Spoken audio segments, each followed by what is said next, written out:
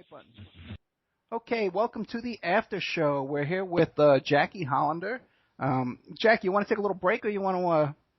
No, I'm fine. I'll start answering questions. Okay, great. Yeah, we'll take calls. And now, what about? If there are any.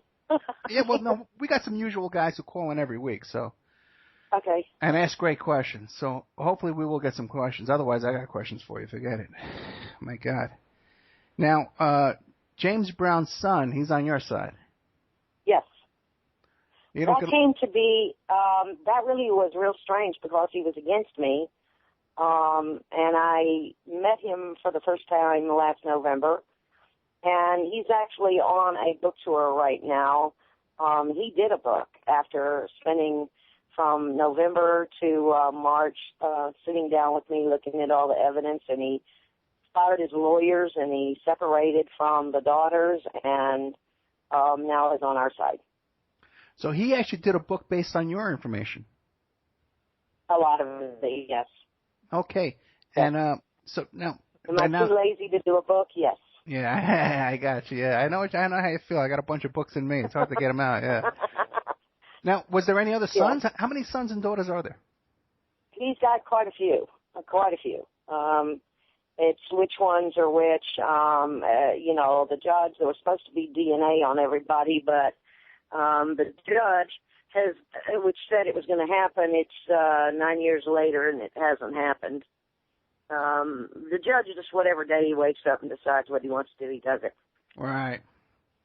And so yeah. None of the kids are getting any money either. They're making all kinds of deals from behind the thing. The son isn't. He went out on his book tour.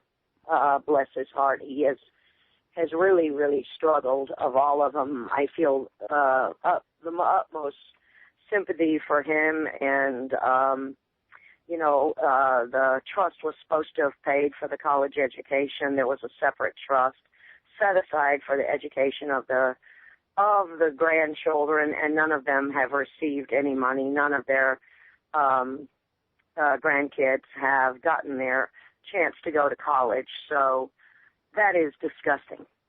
And the only ones who really got money are the two daughters who started off the litigation and had the mysterious death of the husband. Yes, and the father, James Brown.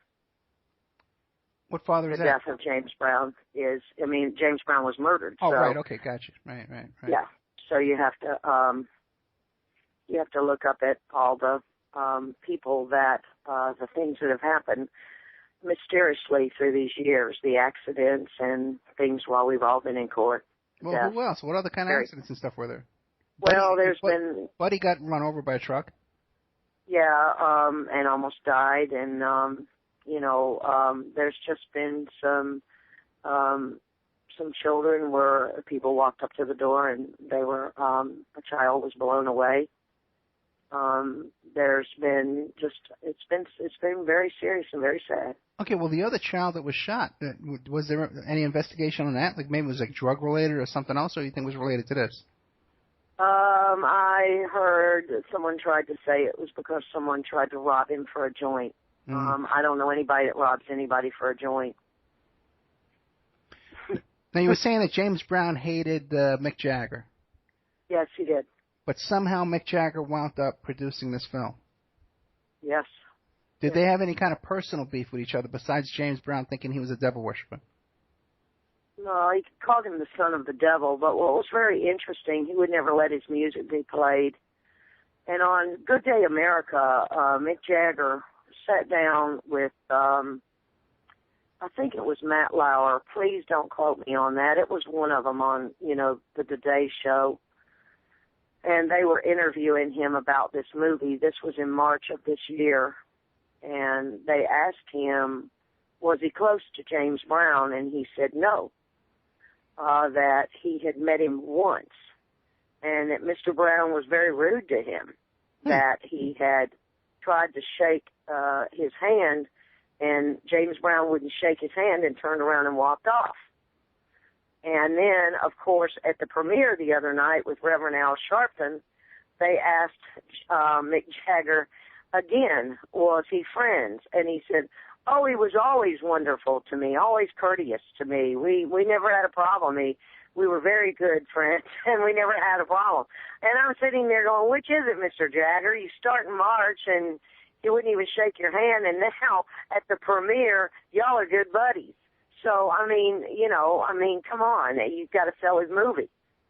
There's been nothing but commercials pushing this movie 24 hours, night and day. Yeah, there's huge promotion for this movie. Now, but has Mick Jagger produced any other movies?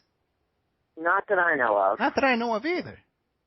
And I am pretty sure there was probably someone else doing it. But I don't know. Looking at it last night, there is a very good possibility he did produce it because it was horrible.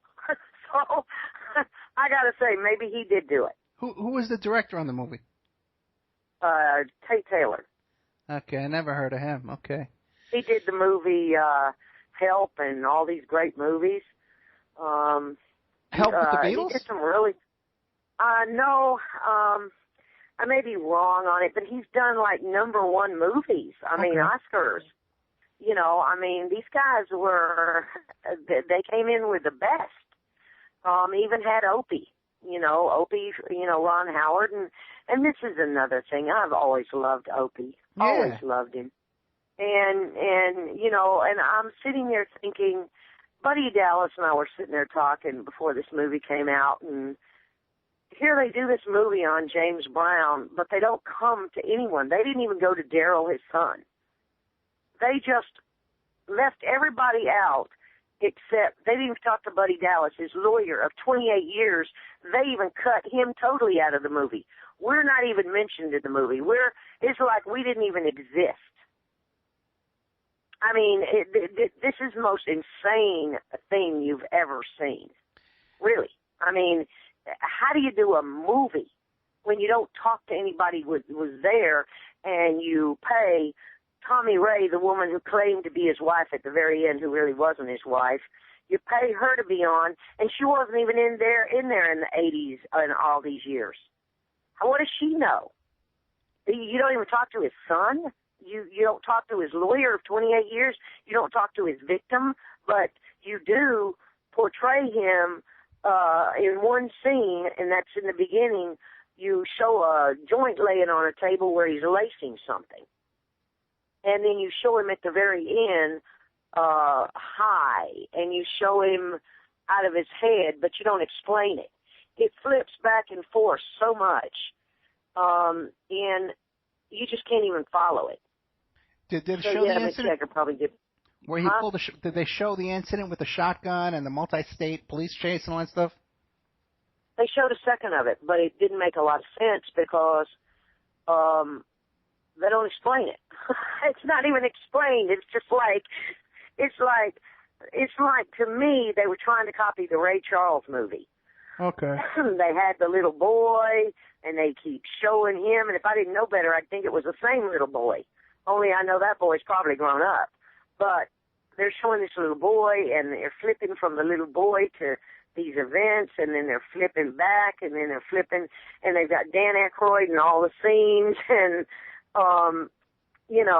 it's just really, I got to say this about the young man, though, that played James Brown, and I know that kid probably gave 100% to portraying him.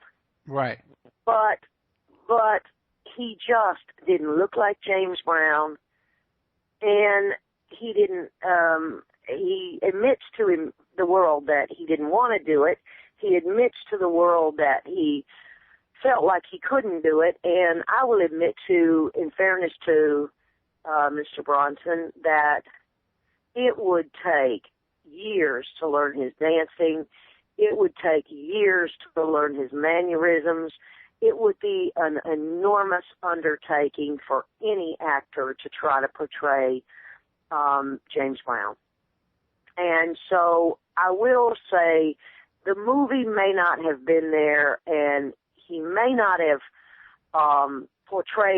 they may not have portrayed the truth, but Chadwick Bronson portrayed, I will say, that kid went in there. He was basically too young to play him, and he wasn't as heavy as him, but he gave it his all, and you could see that. Yeah, but it doesn't even look like they got the hairdo right.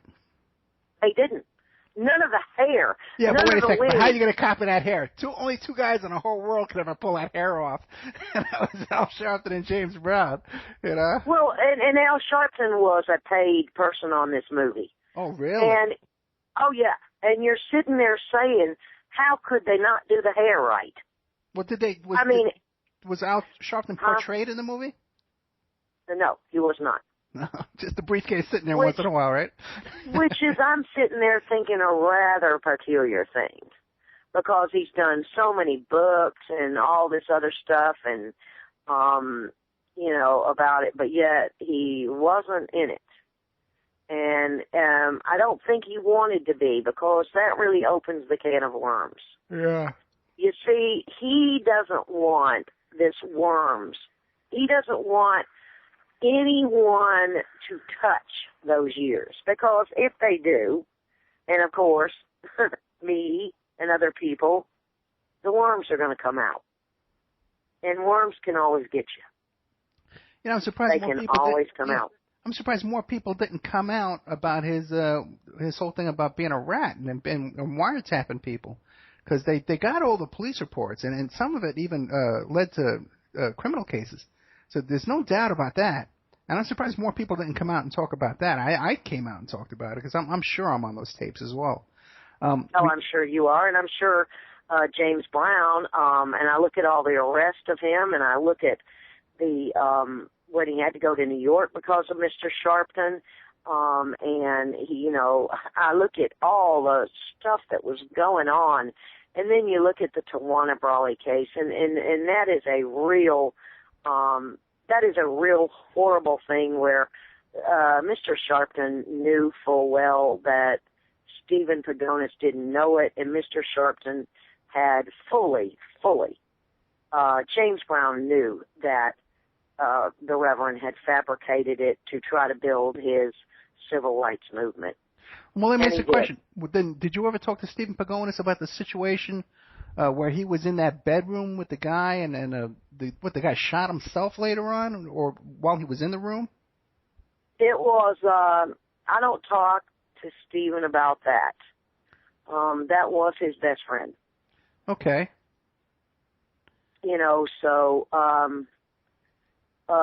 But Stephen Pagonis has suffered.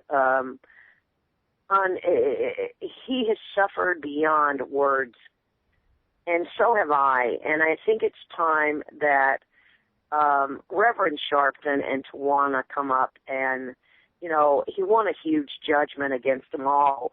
Reverend Sharpton, I think it was Johnny Cochran that paid off Sharpton's part, and right. He won something against Tawana Brawley, and of course she's been running and living under assumed names, and they finally got her into court, and she was forced to pay a little bit of money up front, not anything of the massive amount of money that she owes, and she was supposed to, I think, pay $400 a month, and of course she's on the run again.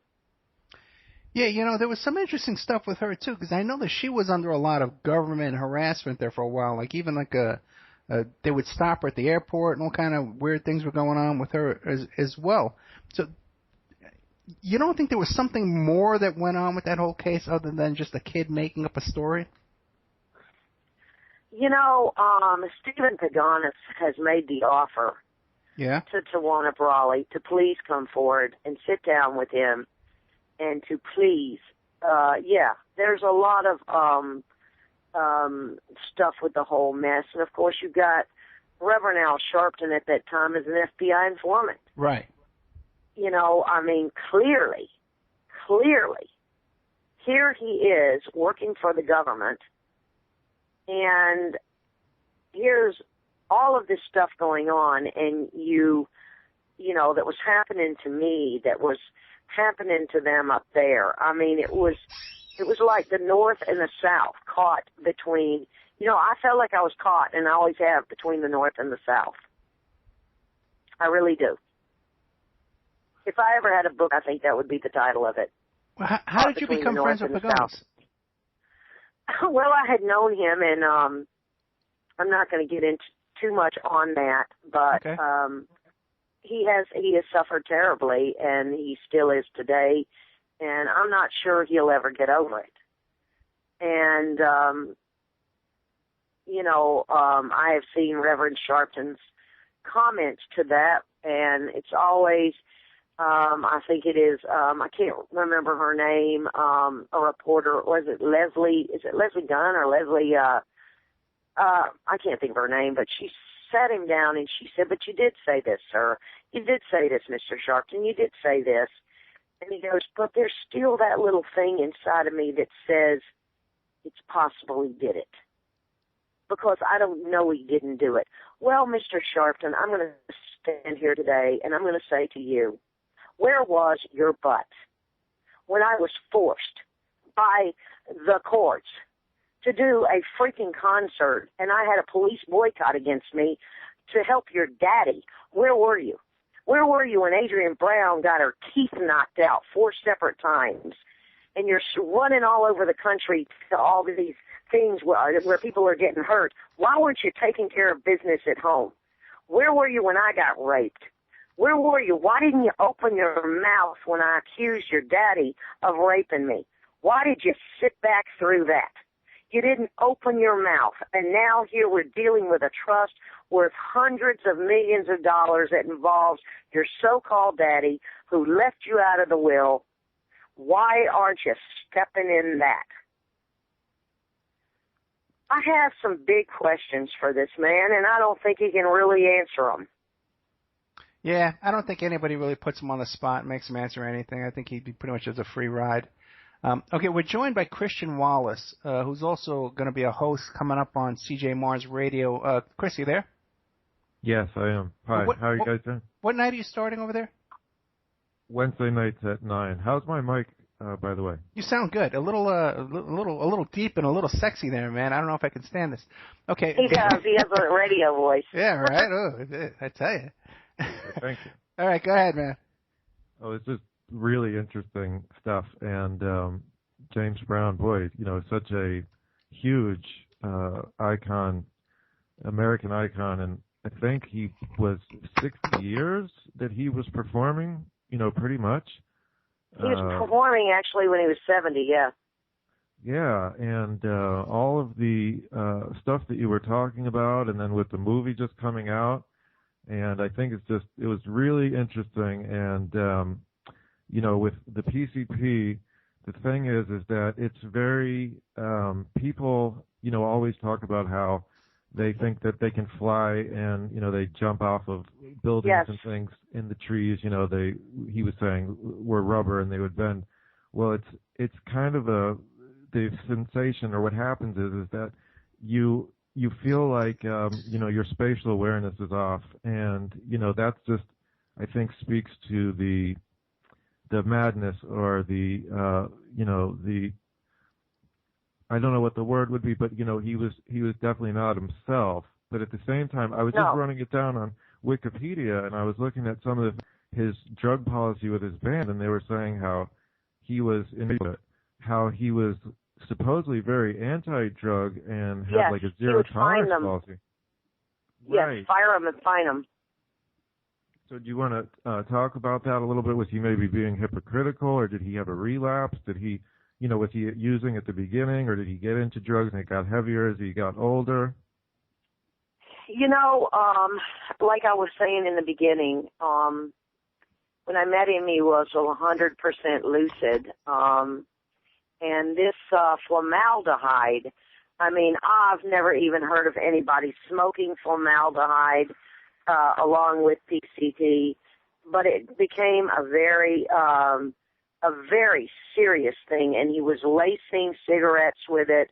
They would actually take the cigarette tobacco out, and how I knew about this was Adrienne Brown showed me, and they were pouring the liquid onto the cigarette stuff and packing it back, and then just smoking it. And what I learned about this was he was actually putting it in lotion and in Afrin bottles and marking the Afrin bottles with dots, because He would snort it through Afrin bottles, and he was putting it in cream. And PCP is odorless, and it's colorless, and it's liquid, and it can go into anything. And an innocent person could be drugged without even knowing it. Right. I just, getting back to, and it was such a emotional, story, and the way that you told it. I work in a drug treatment facility, so I counsel and I help people, and I understand, and a lot of people, that's not a drug that many people come in with issues with, but it's definitely really serious, and you got to be really out of control, when you're on it. So I don't doubt that he was, crashing into, his car into trees and it's horrible. frothing at the mouth. I mean, Yeah, it must horrible. have been out of this world. I had a guy that worked for me. His name was Pete. Pete the Nut, we used to call him. Okay. And he was they locked him up in South Beach Psychiatric Center in the homicidal, suicidal ward. Okay. And I went in there to visit him and bring him some stuff, bring him some sodas and snacks and things like that, and go in there and pray with him. And the doctor in there told me, he says, you look around, you see this room? He says, half of these guys were on PCP. And it drove him crazy. Well, I mean, I'm not saying don't go see the movie. I think you should see the movie. I think it is, if you don't know James Brown, and very few people knew him personally, I think it's a very good movie to see. It's definitely not a PG-13 movie. There isn't any really sex or violence in it, so I don't know how it got that rating. It's more like a Walt Disney movie. It turns out the director directed that movie, The Help, about the maids. Right. Yeah, right. Okay, and there's another one too. My producer was telling me about. It was a really big movie too. He's had a lot of big ones. Yeah, Winter's Bone. So yes, it should be a really good director. Yes, you need to see the movie, but you just won't see and really see the truth. You won't see maybe they chose, they don't want the world knowing. They don't want his legacy, few people know the real inside. It's just very sad. So like, after this, go ahead. No, go ahead.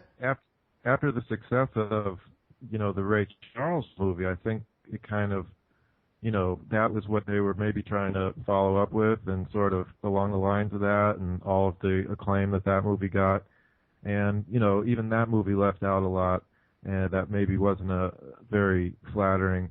And, there was a lot of issues with afterwards with the will and some of the, people that were left out and where some of the money went.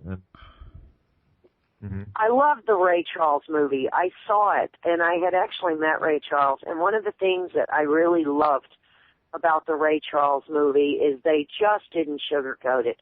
They brought out the heroin use for years, and they showed how it afflicted him. And like you say, you worked in a treatment center, and this is what the young kids, this was one of Mr. Brown's big things, like you were talking about, was to kids, was don't do drugs, don't drop out of school, and here he was himself battling some very, very horrible demons that were really destroying people's lives. Let me ask you a question. Now Howard Stern, he's a huge James Brown fan. Have you ever thought of contacting him and trying to get on his show and telling your story? You asked me that the other day, and I've always wanted to get on the Howard Stern show, and I've never gotten to get on the Howard Stern show. Okay. So no, I wouldn't just pick up the phone and call Howard Stern and go, "Hey, talk to me." No, I wouldn't do it. Well, okay. Maybe I can help you get on there. Let's see what we can do. Okay, yeah. Get me on the Howard Stern show. Yeah. Hey, we'll both go on. I need to get on there again. Okay. Yeah. Now, what about, next week I'm doing a show, right? And it's about Robert Evans, the producer of The Godfather and all that kind of stuff, and he was producing that movie, The Cotton Club, and and in that, you're familiar with that story about the guy Roy Radin, who got murdered? No, I when you brought it up, I think when I was looking on your thing, I read just a couple of snippets of it, and I really don't know that much about it, so I'd probably be, if you asked me anything, not able to answer your question, to be honest with you. Okay, because Roy Radin used to do like this old-time vaudeville tour, and you had a lot of guys. I was just wondering if James Brown was ever involved in being produced by Roy Radin. I guess no, huh? Couldn't answer that question. That one's way over my head. Gotcha. I can only answer stuff that I lived, and if I wasn't a part of it, then I can't answer it. Well, then who else did you meet besides like Ray Charles and Michael Jackson? I've met them all. I've met them all. I mean, I've heard. I mean, when you're in this business, you meet people, and you don't even know you're going to meet them.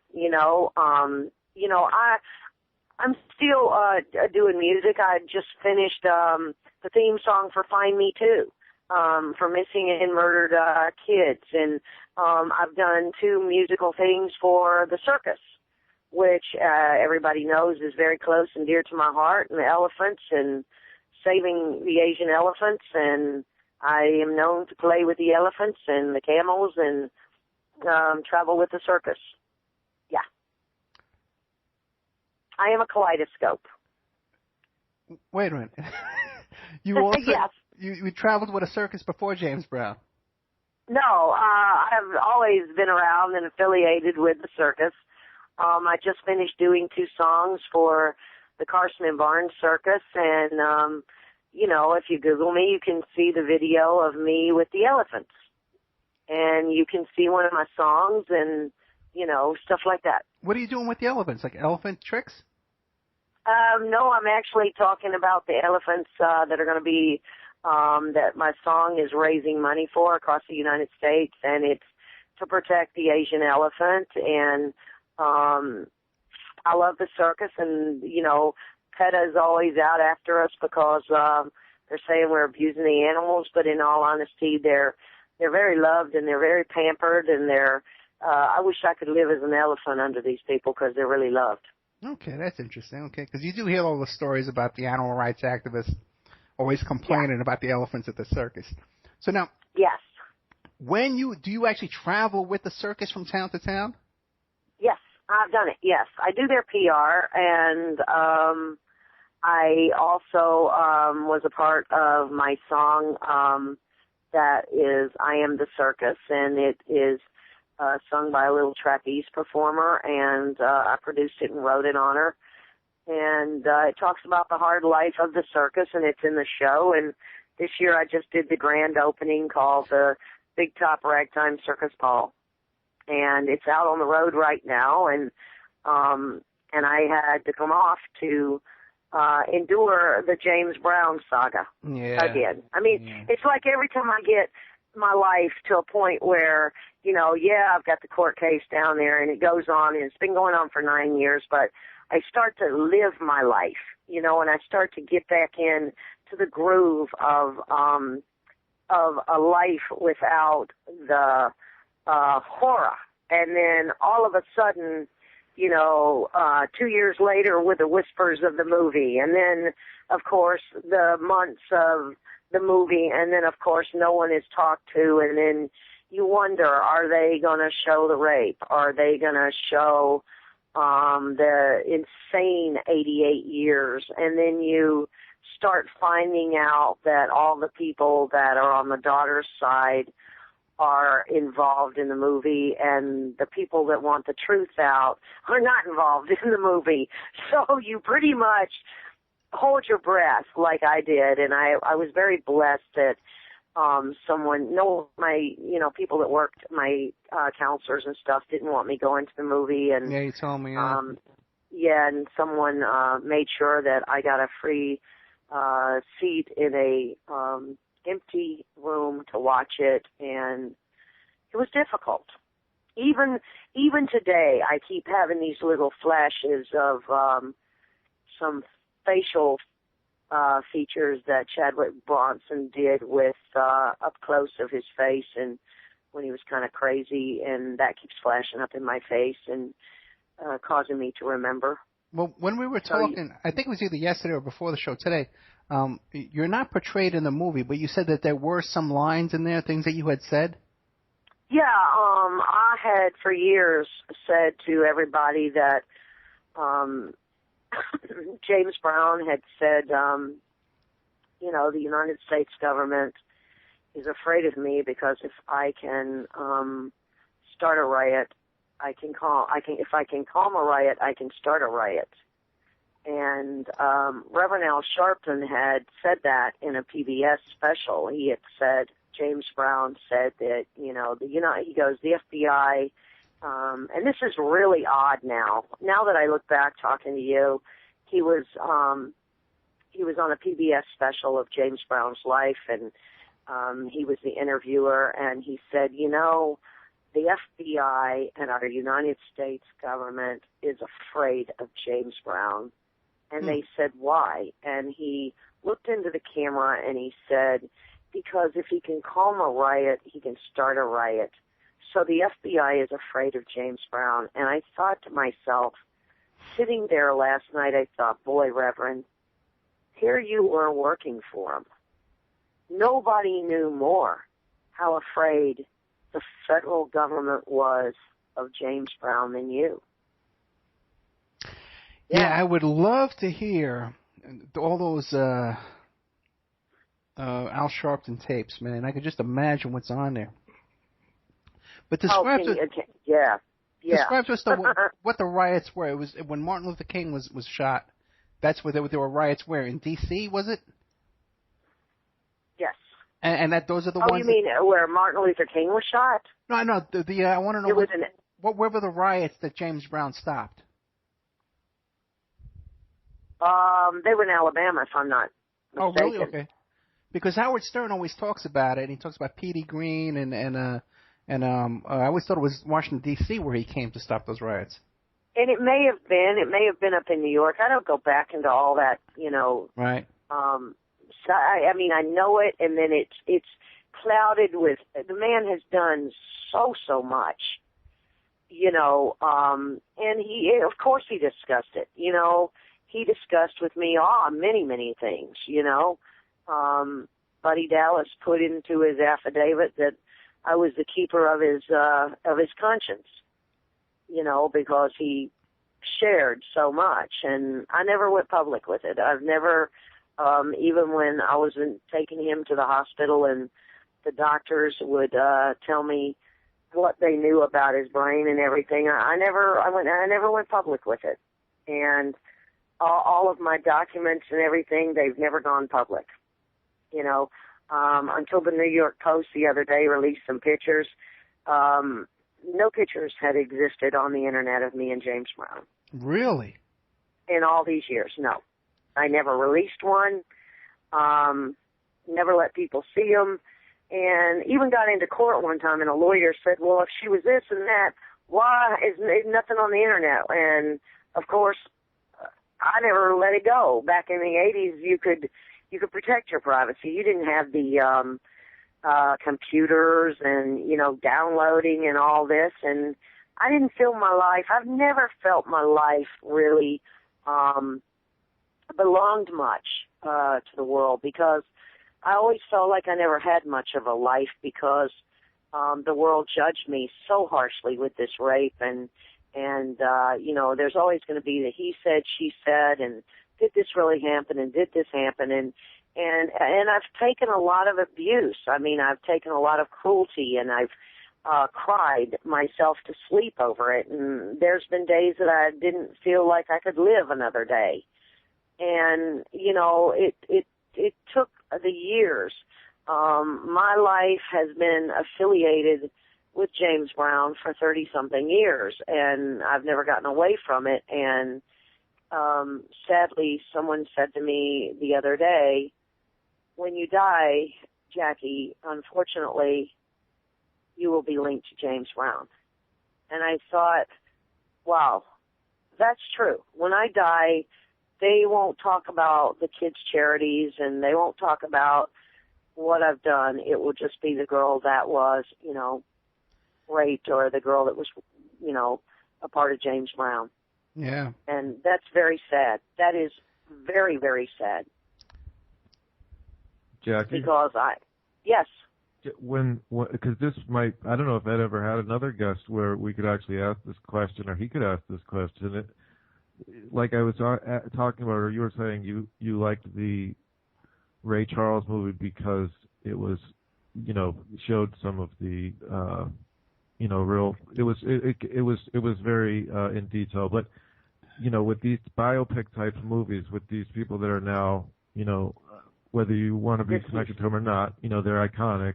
What is it like to go and see a movie about someone? Like, how accurate is it, and how surreal is it to go in and see someone portraying him? Well, I'm going to tell you, I'm going to share a little secret with you, okay? And normally I wouldn't do this. But I had been called by Inside Edition. And they wanted to do an interview the other day, but they wanted me to take them to where I hid a lot of the memorabilia. And I said, no, that's not going to happen. So I had actually loaded my car up with memorabilia, okay? And I was taking it back to the place where it is hidden, okay? Well, I just pulled in and went to the movie, and here was all of this James Brown memorabilia sitting in the car. And I'm sitting in there watching the movie. Now, that is, and I'm thinking to myself, am I just dumb? Am I just dumb that I would leave the car and go watch a movie? Yeah, I did it. And then, of course, later I took it and put it back all in, but it was very weird sitting there and thinking, did I survive all this and live to tell it? I mean, did I survive this? Is this real? Yeah, is it really happening? Right. Yeah, because you don't look at,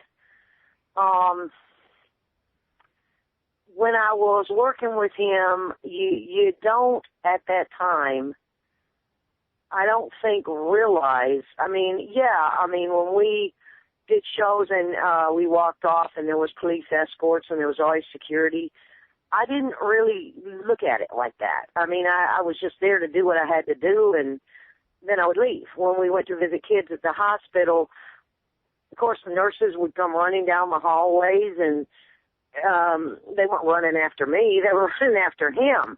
But I didn't really look at it that way. I just kind of was like, well, this is kind of pain. We got to get in to see this kid. But, you don't look at it like you're sitting with a world icon, because you get to know that person, and that person's just a human being.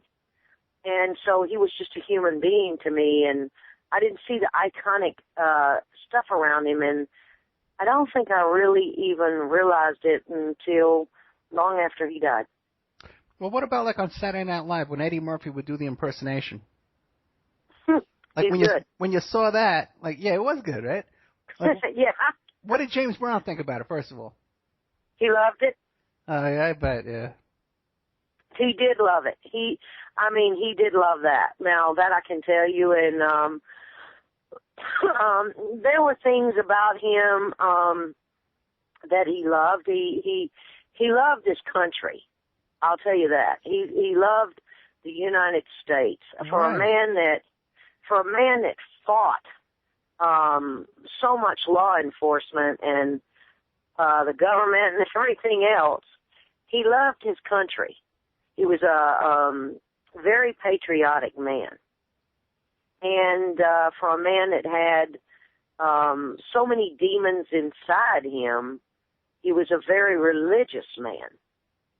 On my recordings with him, that is part of the evidence in my case, on my masters, on the songs, every song I did with him, I would always say, for the kids.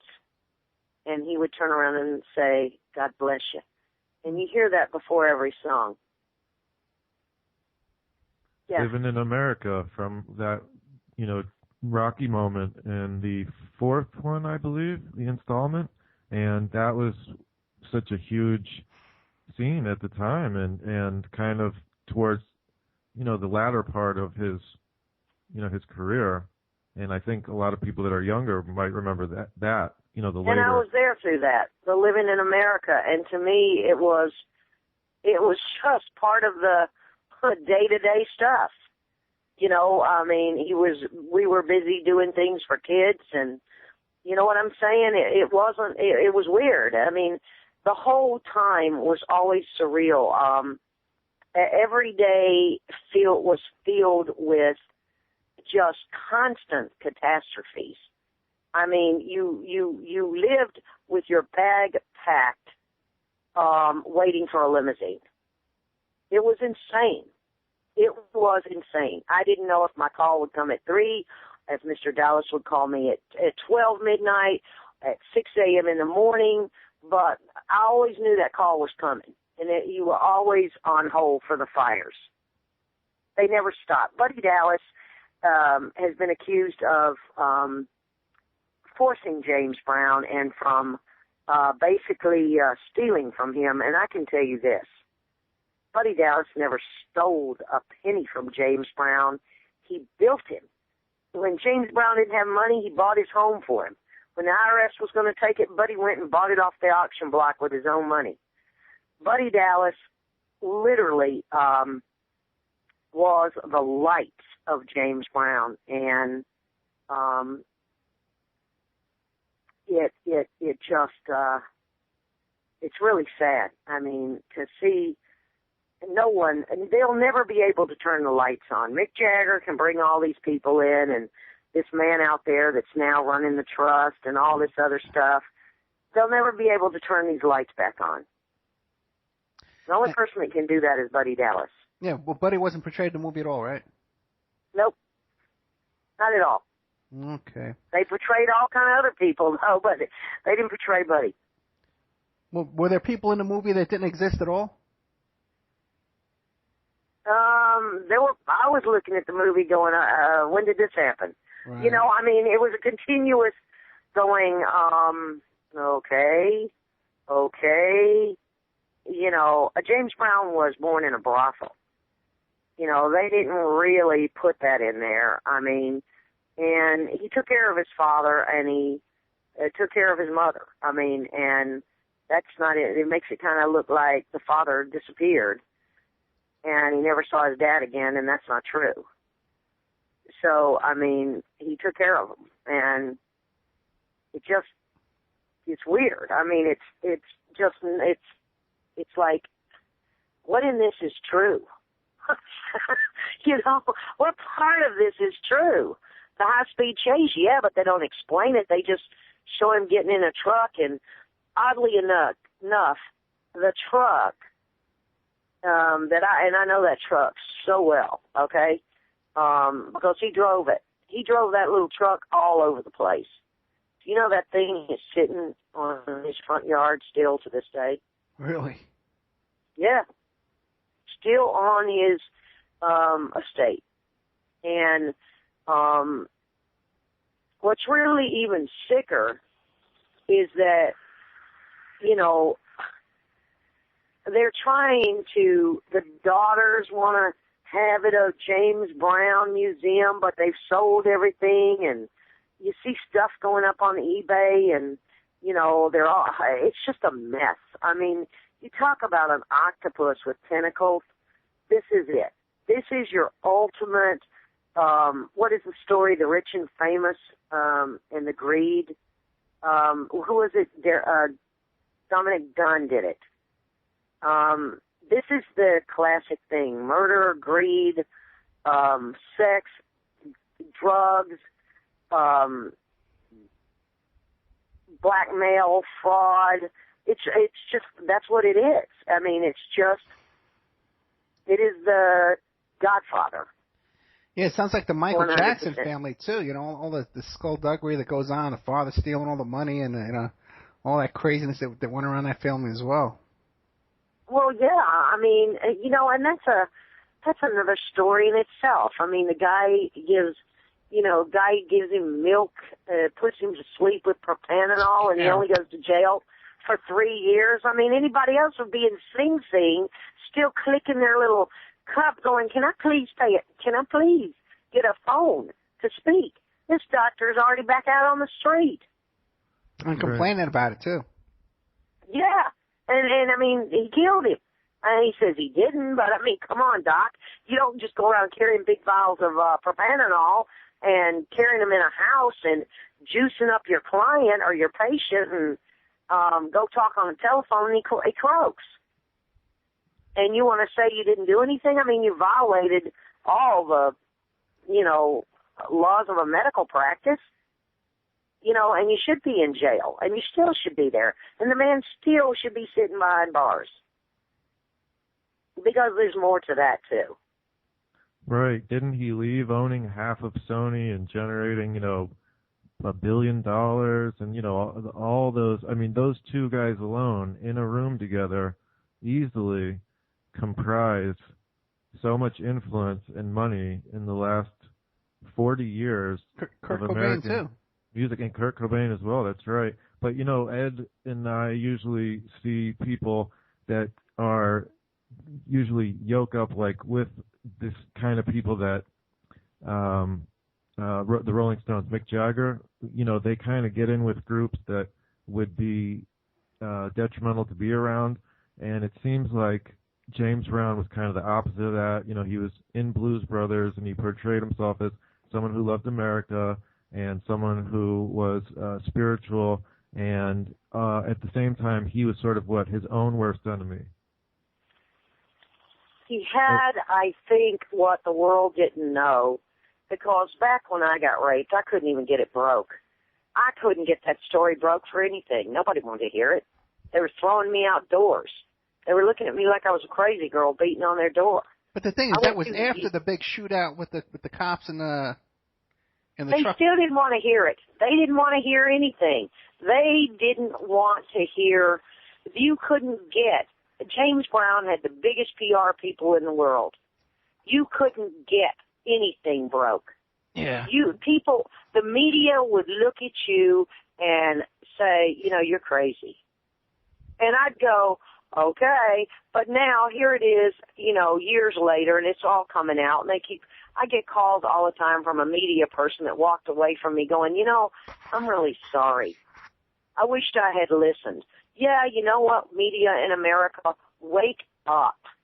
We got problems in this country. Wake up. Give us the real news. When somebody comes in your door and says, hey, I got proof of this, take the time to listen.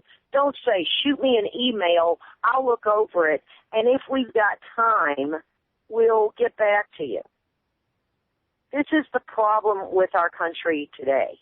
And I will say this, and normally I won't, but this is our problem right now with freedom of speech. We are losing it. We are losing our freedom of speech. We are losing our ability to be heard. We are everything is being squashed and hidden and put into closets. And we, the people, like in this trust, we, the people who pay the taxes, we, the people who put these political figures into office, should be able to walk into that AG's office and into the Attorney General's office and say, open the records of this trust and let us see how much money you people, hundreds of millions of dollars, have squandered, and not to the poor and needy, not one penny. You have a problem when that is happening, and they're saying you can't know. We're not going to let you know how much money has been spent. Who are they? That is a human being's right to make a will and to say, when I die, this is how much money I want to leave to the world. This is how much money I want to give to this person. And no one has the right to say, hey, we're not going to accept your will. We're going to designate the money to go where we want to, and we're going to handle it our way. Because I'm going to tell you something. If you've got a trust, you better think about it. because what's happening over there in South Carolina is showing Americans don't make a trust because they don't have to follow it. Don't make a will. Your will is worthless if you have a lot of money. It is true, man. These judges have too much power. They're out of control. And there's so much corruption going on in the U.S. court system. It's not even funny. It's sick. It's sickening. Yeah, and like you said, is even more sickening. And like you said about how the media, you're right. If you're a big star and you have a big, powerful press agent, it doesn't matter what the truth is and what the story is. I've got other stories like this I've worked on, like Shirley Tripp, who was involved in prostitution in Alaska with Todd Palin, all covered up. My client Brittany Jones, who was not raped, but was attacked in that hotel room by Charlie Sheen, and had to hire. He was covered in blood and glass all over the apartment. All these stories, it gets so much stuff gets covered up in the news. Yeah. Even cases that I've worked on during the daytime, and you think, what's going to be a big story tonight, And then the press agents get involved, and they cover it up because they have that power to do it to protect their clients. Well, see, James Brown, all of his commercials went for Seneca, I Feel Good, X-Lax, and these TV stations were like, we're not going to talk to you. Right. We're going to talk about him. He's getting the Nobel Prize. He's getting here he was a convicted felon, and he's standing up there receiving the Kennedy Award. And Reverend Al Sharpton, a couple of weeks before, they couldn't give him the Kennedy Award with him being a convicted felon. He turns around and goes in, and are you ready for this? He was given a complete. He was exonerated of all his federal charges. That meant everything from wife beating, brutality, shooting at police, everything. He was exonerated, and he was given the Kennedy honor. Wait, now that was done on the federal level or the state level? The federal level and state. He was exonerated of all of his criminal history. He had a clean slate, and that even back to when he was a kid, and he was robbing people. He was given the Kennedy Award. Wait, what year was he given the Kennedy Award? 2005, when I was in federal court fighting him for a rape. Here Okay. I was fighting him for rape, and he's standing up there receiving the Kennedy Award. So he had to have some kind of presidential pardon plus a state pardon. Yes. To cover the state charges. Who was Yes. president? Clinton? Bush. Bush. Yes. Wait, do you know what the backroom dealing was on that? Do you know any information on that? I know that the district attorney fought it tooth and nail in South Carolina and said, wait a minute, this is insane, but Reverend Al Sharpton pulled it off. Okay, makes sense because Al Sharpton put Bush into the White House by splitting the vote by running that year, and his campaign was paid for by the GOP. And I just sat there watching it on television, and I was just crying. I could not believe what I was seeing. And even, to this day, I'm fighting because I don't feel anybody should murder a human being. And a lot of people say to me, well, look at what he did to you. He destroyed your life. But when you've got faith in the Lord, and you know that in order to heal and go on, it ate me like a cancer for years. And I became a very bitter and a very hated, full of hate. And I just woke up one day and I said, this is eating me alive and this is not healthy. And the only way is to forgive, like God said. And it was very hard, and it took a long, long time. But I did forgive, and I don't feel like anyone has the right to murder anybody for money. I don't think murder's right. And it just is. This thing has come down to just plain truth. I mean, this is about a whole murky, sick story with a lot of lies covering it, and it just comes down to, hey, let's get all the truth out, exhume his body, and let's look at what happened for the greed, and see to it that the poor needy get their money. Who was in the room with him when he died? Mr. Sharpton's right-hand man. What's his name? Charles Bobbitt. Okay, never Charles heard of him. Bobbitt. Okay. That's interesting. Yeah. All right. Let me read some commercials here real quick, and then I guess we'll wrap up. I'll give you a chance to wrap things up. Okay, good old Amanda, Pacific West Bamboo, 503-839-8126. You want to email Amanda, it's demroots with a Z at operamail.com. And their Facebook page is Pacific West Bamboo. And they're your number one source for timber construction, craft-grade bamboo poles, plants, products. They can be reached at 503-839-8126.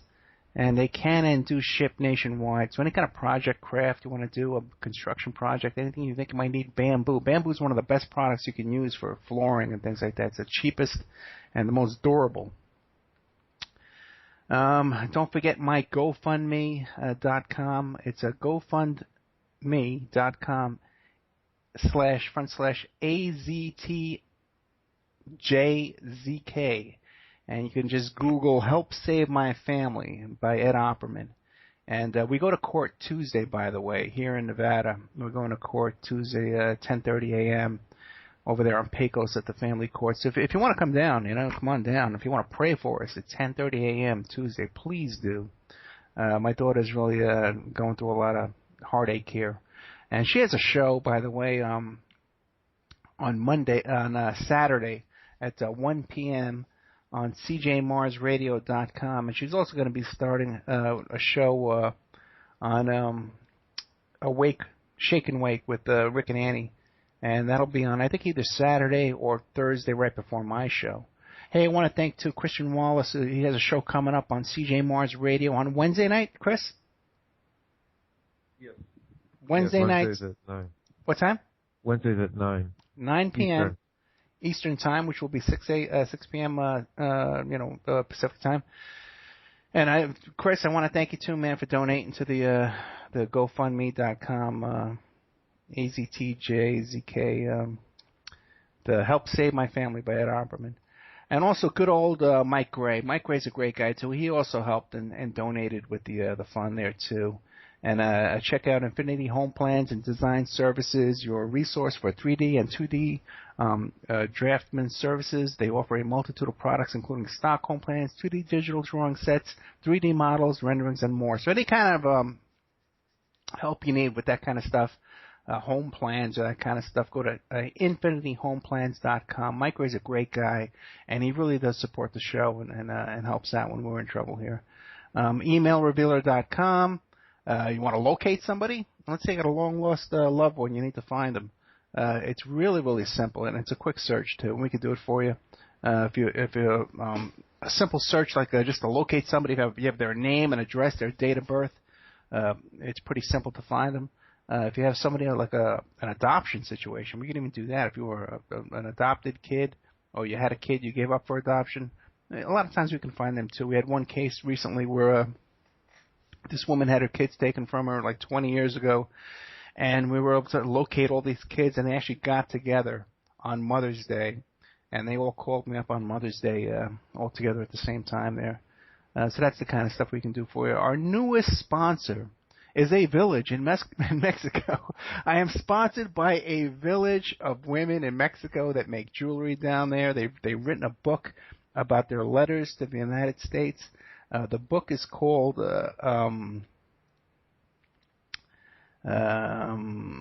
New World Mexican Women, and it's about their letters to their men who traveled to the United States under hardship and are now living here now and sending money back to them, their sons, their husbands, their fathers, their grandfathers. And they have a website called handcrafted-ethnic-jewelry.com. And what they do is they teach you how to make authentic Mexican jewelry. This is what this town and how they support themselves, this village down there, where all their men have left pretty much. And they're down there, and this is how they support their town with this book. And by making this jewelry and by teaching people to make this jewelry, if you Google New World Mexican Women, you can find their website. The book's only $19, man, and that's a big deal for this town down there to pick up one of these books and support artists and support art in an impoverished country down there. A link to their blog is on my blog, The Opperman Report. So go there, and you can find all of that. And they say it takes a village to raise a child. It takes a Mexican village to raise an idiot like me to do this show for you every week as much as we can. I really want to thank Jacque Hollander, who is just Jacque, you've lived some life, man. You know, you really have. And I appreciate you coming on. And we've known each other for quite some time, you know. Jacque didn't just pop up out of the blue just because of this movie, you know. I've known her story. Yeah. And God bless you. So thank you very much for allowing me to do this for you. Well, what do you want to leave us with?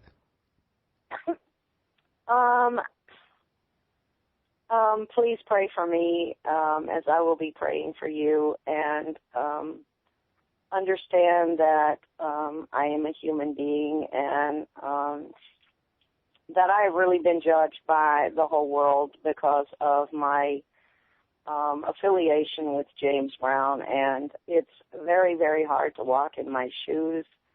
Every day is difficult for me, and I get up sometimes and I'm not sure that I'll ever be heard, but because it's a big world, it's hard to touch everybody in the world, but just know that I am fighting for the truth, and I am in court, and I will continue on for the wishes of the poor and needy, and my heart is pure, and I love everybody.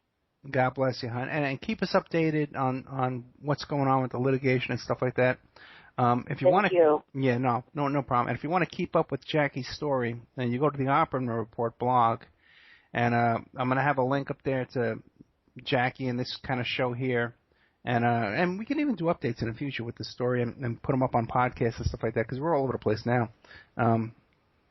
So keep us updated, okay? And we will keep you in prayer. Thank you for keeping us in prayer. Christian, thank you so much, man, for the donation, and thank you so much for all your prayers, too, as well.